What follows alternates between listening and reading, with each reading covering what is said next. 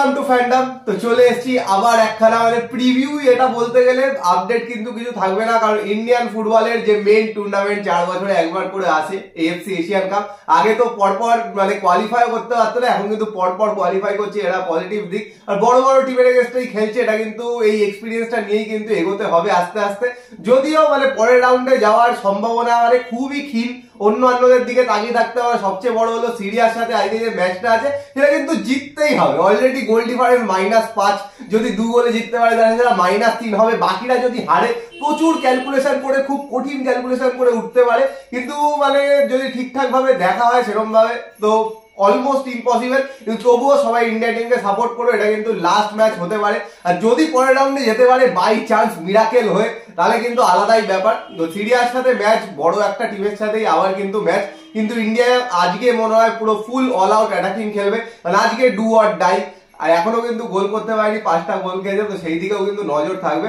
সবকিছুই বলবো আজকের খেলা নিয়ে। আজকে কিন্তু 5টা থেকে খেলা, সবাই অবশ্যই কিন্তু দেখো। স্পোর্টস 18-3 তে দেখাবে টিভিতে, আর ফোনে যারা দেখতে চাও জিও সিনেমায় দেখাবে। এখনই বলে রাখলাম 5টা থেকে অবশ্যই দেখো।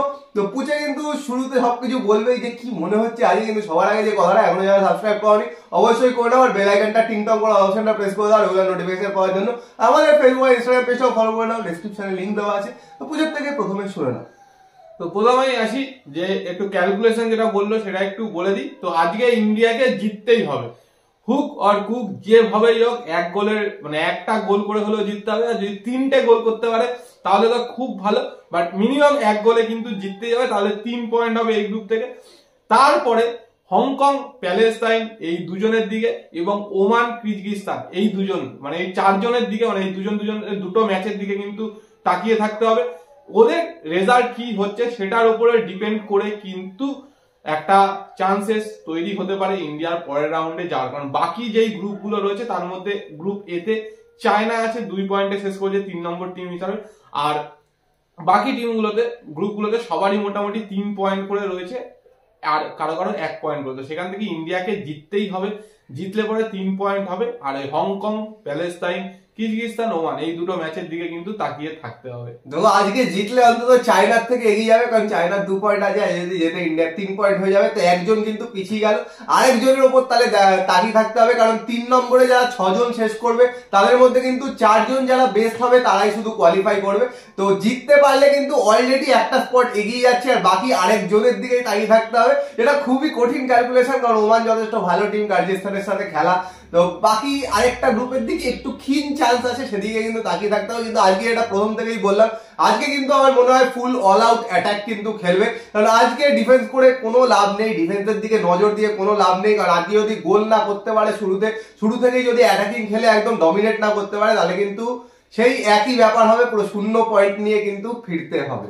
আর বলে রাখি, এর আগে সিরিয়ার সাথে কিন্তু 6 বার মুখোমুখি সাক্ষাৎ হয়েছিল, তার মধ্যে 2007-এ ইন্ডিয়া একবার জিতেছিল, আর 2019-এ ইন্টারকন্টিনেন্টাল কাপের ইনভিটেশনাল টিম ছিল সিরিয়া, সেটা কিন্তু 1-1 ড্র করেছিল, সেখানে নরেন্দ্র গালের গোল করেছিল। বাকি 2 বার হেরেছে, আর বাকি কিন্তু 3টে ম্যাচ ড্র হয়েছে।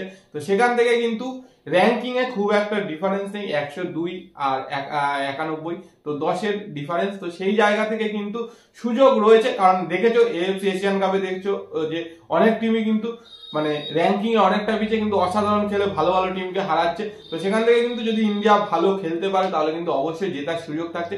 আর সেখান থেকে অবশ্যই অ্যাটাকিং ফুটবল খেলতে হবে, আর মাঝমাঠ কিন্তু নিজেদের দখলে রাখতেই হবে। শুধু এফসি এশিয়ান কাপেই নয়, অ্যাফকনেও কিন্তু হয়েছে 100-র পিছনে র্যাঙ্কিং এর টিম কিন্তু 20th র্যাঙ্কিং টিমকে হারিয়ে দিয়েছে। তো ইম্পসিবল কিছুই না, যদি ভালো খেলে তো অবশ্যই কিন্তু ভালো রেজাল্ট আনতে পারে।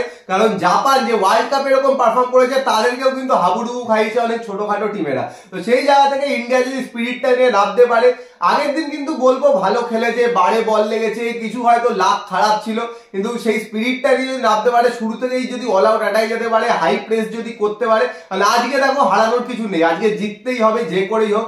ড্র করলে কোনো লাভ নেই, হারলে তো ছেড়েই দাও, জিততে হবে। আর জেতার পরে কিন্তু ইন্ডিয়ার যে পরের গ্রুপ গ্রুপ সি এর দিকে তাকিয়ে থাকতে হবে। গ্রুপ সি তে যেটা বললো প্যালেস্টাইন হংকং এর ম্যাচ আছে, প্যালেস্টাইন হংকং এর ম্যাচটা যদি ড্র হয় তাহলেই কিন্তু ইন্ডিয়ার একমাত্র সুযোগ আছে, যদি ইন্ডিয়া জেতে, কারণ জিতলেই 3 পয়েন্ট হবে, নাহলে কিন্তু কোনো লাভ নেই। ড্র করলে এমনি বাইরে, জিতলে দেখো চায়না পিছনে চলে যাবে 2 পয়েন্ট। আর এখানে যদি প্যালেস্টাইন হংকং এর ড্র হয় তাহলে প্যালেস্টাইনের পয়েন্ট কিন্তু 2 হবে, হংকং এর পয়েন্ট 1 হবে। সেই জায়গা থেকে কিন্তু বেস্ট 4 থার্ড পজিশনে চলে আসে, মানে আলাদাই ক্যালকুলেশন এখনো আমরা সবাই হোপ করে আছি। তো দেখা যাক, আগের বার কিন্তু দেখো ভালো খেলেছিল, একদম শেষ মুহূর্তে একটা ছোট্ট মিস্টেকের জন্য বেরিয়ে গেছিল। তো বলা যায় না, মানে লাখ হয়তো এবার ফেভার করতেই পারে। একদম লাস্ট ম্যাচে দেখলে হয়তো ওই ম্যাচগুলো সব ড্র হয়ে গেল আর ইন্ডিয়া হয়তো জিতে বেরিয়ে গেল।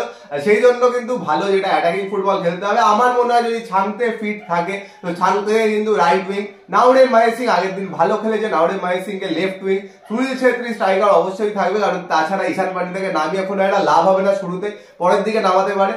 আর তাছাড়া ডিফেন্সিভ মিডফিল্ড অনিরুদ্ধ থাপাকে রাখতে হবে। আমার কিন্তু মনে হয় যে ব্র্যান্ডন ফার্নান্দেজকে শুরু থেকে রাখা উচিত, কারণ এই ম্যাচটা যেটা বললাম বারবার, ইন্ডিয়াকে জিততেই হবে, অন্য কোনো পথ নেই, জিততেই হবে। তো ব্র্যান্ডনকে অবশ্যই দরকার, কারণ সেই বল প্লেইংটা কিন্তু খুব দরকার। অনিরুদ্ধ থাপাকে দরকার, আর আরেকজন ডিফেন্সিভ মিডফিল্ড নয় আপুইয়া নয় সুরেশ সিং ওয়াংজাব, যে কাউকে ইউজ করতে পারে। আমার মনে হয় আপুইয়াকে ইউজ করাই বেশি বেটার, কারণ আপুইয়া ডিফেন্সের সাথে কিন্তু ওপরে বলটাও খেলাতে পারে, যেটা কিন্তু আজকে খুব ইম্পর্টেন্ট। আর আজকে কিন্তু আমার মনে হয় কোচ কিন্তু আবার হয়তো শুভাশিস বোসকে রাখবে না, আকাশ মিশ্রাকেই রাখবে, কারণ আজকে অ্যাটাকিং বেশি দরকার, আজকে হয়তো ডিফেন্সের দিকে অত মনোযোগ দেবে না। আর বাকি 3 জন ডিফেন্ডার তো সেম থাকবে, আর গুরপ্রীত সিং সার্ভি গোলে থাকবে। এটা কিন্তু আমার মনে হচ্ছে এই স্কোয়াডটা আজকে নামতে পারে। তো প্রচুর বোকা নিচে, যাই হোক আমি আর টিম নিয়ে কিছু কথা বলছি না। আমি এটা বলবো সেটা হচ্ছে, যদি আজকে ইন্ডিয়া হারে বা ড্র করে তো সুনীল ছেত্রীর মোস্ট প্রবাবলি ন্যাশনাল জার্সিতে হয়তো লাস্ট ম্যাচ, তো সেখান থেকে সবাই চাইবে আজকের ম্যাচটা কিন্তু জেতার জন্য। তো এটাই কিন্তু একটা বাড়তি মোটিভেশন হয়তো ইন্ডিয়ান টিমকে দিতে পারে। তো সেখান থেকে যদি এই মোটিভেশনটা নিয়ে ভালো খেলে, যে না যেহেতু সুনীল মানে অনেক বছর ধরে খেলছে, ন্যাশনাল একটা বিশাল বড় অ্যাচিভমেন্ট, হয়তো এইসব টুর্নামেন্টে এখনো অব্দি পায়নি, তো সেখান থেকে কিন্তু একটা তাগিদ নিয়ে যদি খেলে যে না পরের রাউন্ডে যেতেই হবে, গোল করতে হবে, জিততে হবে, তো সেটাই কিন্তু মোরাল বুস্ট হিসাবে কাজ করবে। আর কোচ আর কিছুটা তো ভাগ্য অবশ্যই দরকার সব খেলাতে। যেরকম আগের বার দেখেছিল যে ভাগ্য খারাপ ছিল বলে শেষ মুহূর্তে একটা পেনাল্টি মানে হয় না, ওখান থেকে বাই চান্স হয়ে গেল, সেখান থেকে না হলে বেরিয়ে যেতে হলো। তো সেই জায়গা থেকে কিন্তু এই বুস্ট আপটা বিশাল দরকার টিমের মধ্যে, যে জিততেই হবে, এই মনোবল নিয়ে খেলতে হবে। আর চেঞ্জেস হয়তো আজকে খুব বেশি করবে না, তবে হ্যাঁ যেটা বললো আমিও একমত, ছাং থেকে কিন্তু আজকে দরকার, একদিক থেকে নাওরেম একদিক থেকে ছাংতে, দুজন যেই অ্যাটাক করে। আর অবশ্যই সুনীল ছেত্রীকে আজকে মানে গোল করতেই হবে, মানে করতেই হবে, যেন তেন প্রকারণ হোক এরকম। আর ব্র্যান্ডনকে কিন্তু সত্যিই দরকার, কারণ যেহেতু সাহাল নেই সেই জায়গাতে কিন্তু ব্র্যান্ডনকে দরকার আমার মতে এটাই। আর গুরপ্রীতকেও সেই বাড়তি দায়িত্বটা নিয়ে কিন্তু খেলতে হবে। আর আমি চাই আজকে অন্তত প্রীতম কোটালকে খেলা, কারণ প্রীতম কোটালের লাখটা হয়তো একটুখানি ন্যাশনাল টিমের জন্য যদি এদিক ওদিক হয়, ভেকের থেকে বেটার। তো দেখা যাক আজকে সেই মোটিভেশনটা যদি কাজ করা, যেটা বুঝে বললো আজকে কিন্তু আমাদের ক্যাপ্টেন লিডার লেজেন্ডের লাস্ট ম্যাচ হতে পারে, যদি জিততে না পারে, যদি জিততে পারে আর পরে যদি প্যালেস্টাইন হংকং ড্র করে, তাহলে কিন্তু আবার একটা ম্যাচে দেখতে পারবো, আর সেটা কিন্তু বিগেস্ট পেয়ে যাবে। কারণ এর পরের রাউন্ডে কিন্তু ইন্ডিয়া কোনো দিন যায়নি, একদম কেরিয়ারের নিজের শেষে পুরো ফুল জীবনটা নিজের ইন্ডিয়ান ফুটবলকে দিয়ে দিয়েছে। কেরিয়ারের একদম শেষে যদি এই অপরচুনিটিটা করে দেওয়া যায় আমাদের ক্যাপ্টেন লিডার লেজেন্ডের জন্য, কিন্তু প্রত্যেকটা প্লেয়ার সেলিব্রেট করবে। সে পরের রাউন্ডের ম্যাচটায় যা ইচ্ছা হোক, রাউন্ড অফ 16 যা ইচ্ছা রেজাল্ট যা ইচ্ছা হোক, এটা যদি করতে পারে ইন্ডিয়ার বিগেস্ট অ্যাচিভমেন্ট। আর সুনীল ছেত্রী কিন্তু একদম শেষে খুব সুন্দর একটা ফেয়ারওয়েল হবে। আর আজকে কিন্তু আরেকজন লেজেন্ডের কিন্তু জন্মদিন, তো নেতাজি সুভাষচন্দ্র বসু, যে কিন্তু ইন্ডিয়ান লেজেন্ড, মানে যাকে হয়তো দেশের জনক বলা হয় না, কিন্তু আমাদের অনেকের কাছে সে জাতির জনক। তো তার কিন্তু জন্মদিন, তো দেখা যাক এই স্পেশাল দিনটাতে ইন্ডিয়ান ন্যাশনাল ফুটবল টিম কিছু স্পেশাল করতে পারে কিনা। তো আমাদের বক্তব্য যা ছিল পুরো বলে দেওয়া। তোমাদের কি বক্তব্য, কতটা পজিটিভ আছো, কি মনে হচ্ছে স্টার্টিং 11 কি হতে পারে, কমেন্ট বক্সে কমেন্ট করে জানাও। আর ভিডিওটা পছন্দ হলে লাইক করে দিও, শেয়ার করে দিও, চ্যানেলটা অবশ্যই সাবস্ক্রাইব করে দিও, আর বেল আইকনটা টিং টং করে দাও রেগুলার নোটিফিকেশন পাওয়ার জন্য। তো চলো এখনের জন্য টাটা।